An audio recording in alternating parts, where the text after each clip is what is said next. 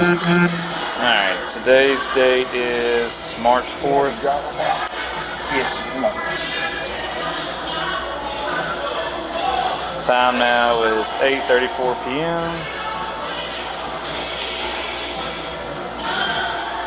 Alright, Trooper Chris Bossier here with Sergeant Jones and Mr. James Cooper. Is all your information current on that?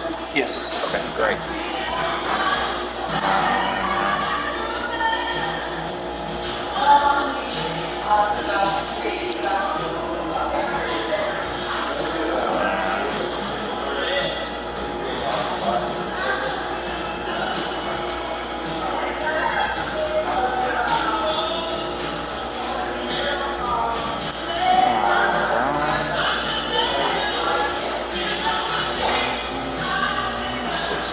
Alright, here you go, Mr. Cooper.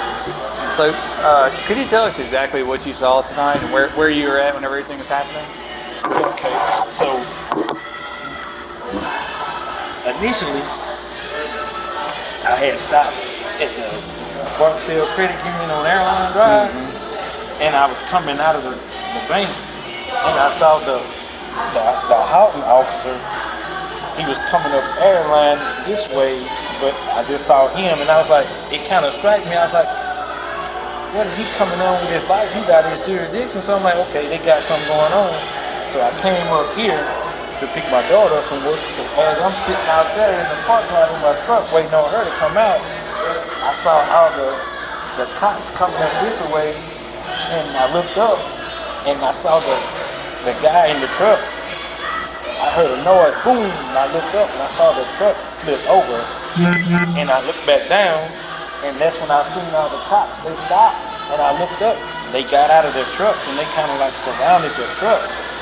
And I don't know, I guess the sheriff was in his first vehicle. He was like, he had got around and was facing the windshield of the truck. I couldn't hear what they were saying because of all the traffic, and next thing I know, I saw him, he started like, pop, pop, pop, pop, pop. And then I guess once he started firing, all the other cops, it was like pop, pop, pop, pop, pop, pop, pop, pop, pop, like a bunch of shots, like real fast. She was coming out, so I got on my truck, I come in, I told her to go back inside because they were shooting. And I got on the floor because I didn't know if the bullet was gonna, so I was just trying to take cover and get out of the way.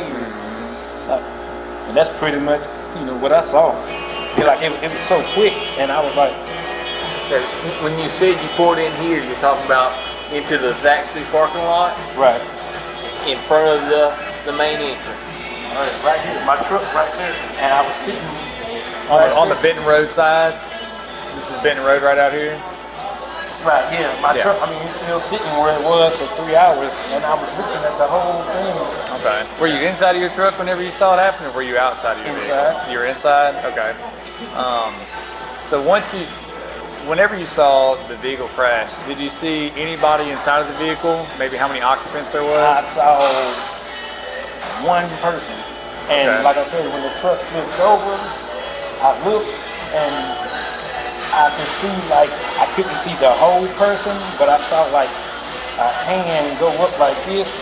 I couldn't tell if they was armed or not. I was thinking maybe he was trying to let them know he surrendered or what, but like I say, that's when the officer started firing, and I got out of my truck, I came in, and I got right there on the floor because I didn't know if the bullet was gonna come across the road.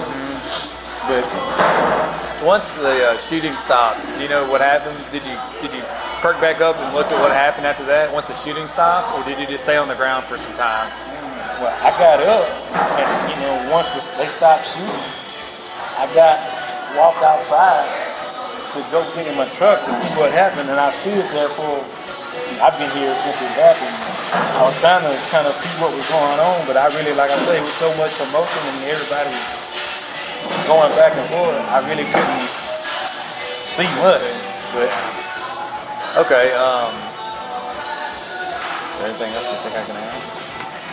Like you said, when you said you saw him go pop, pop, pop, pop, pop, you was referring to the officer, correct? yeah, Okay.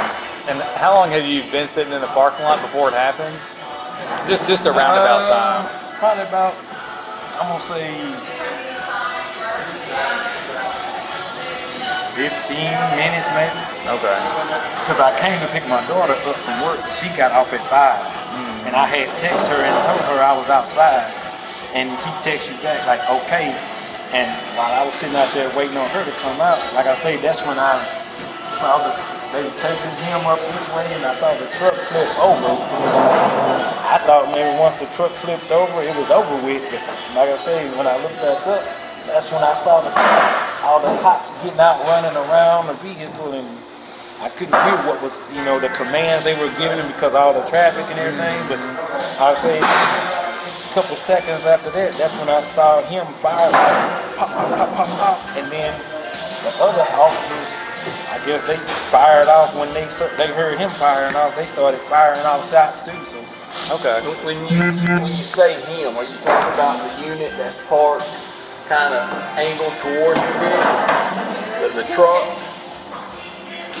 well, like I said, I don't know which one of the officers it was. I think it was the guy that was driving his first sheriff vehicle. Like I said, I couldn't see the. I saw all those officers before I saw those. So mainly you just saw a group of officers. Right. Okay. And you don't know what vehicles they I came don't know. I don't know exactly what vehicle they came from. Okay. Were all the officers in uniforms? Were they uniformed officers? Like, were they wearing a regular police uniform, or were they wearing anything different? Yeah. Okay.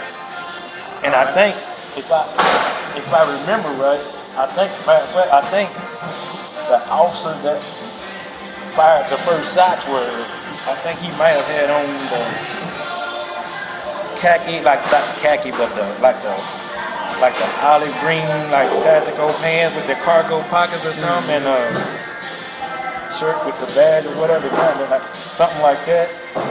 Okay. And then the other officer,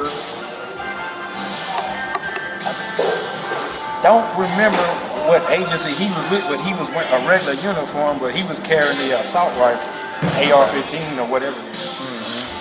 And like I say, once that first officer started firing, I guess that was the signal for, hey, go ahead. I'm firing, it's a threat. So I guess all of them started firing until the threat was over with or whatever. Okay. And but you couldn't see in the truck very well to see what the guy in the overturned vehicle was doing. No. Like I say, when the truck turned over, all I saw was, I couldn't really see his face or his legs, and then I just saw an arm go up like, and I don't know, like I said, I couldn't see a weapon or nothing like that. I just saw an arm and a hand because I'm sitting kind of a good ways away. So I couldn't tell if he was trying to surrender or was trying to brandish a gun. okay. Or nothing like that. Was your window down in the vehicle whenever you witnessed it happen, or were you already outside of the vehicle? Oh no, I was sitting in the vehicle with the window down. The window down. Okay. All right. Is there anything else you think is important for us to know? I mean, like I say, once I got out there and started hearing what was going on or whatever, I saw, when I was coming up here, it was like I saw two officers on Airline Drive, like right there by the railroad track and the car lot right there. They was assisting somebody at a vehicle. So I didn't know that he had killed two people or ran them off the road trying to get away from the cops until after all this. And I was like, oh, okay, so that's what was going on there. So I started putting two and two together. Like, it's all connected. Okay. And one last thing, can we get your contact information, phone number or something, just in case you'll probably never hear from us again, but just in case we need to get in touch with you. Contact number is 318-207-5082. Okay. You still live on St. Charles? Yes, sir. Yes, sir. Okay. Time now is 8:44 p.m. Okay, this interview.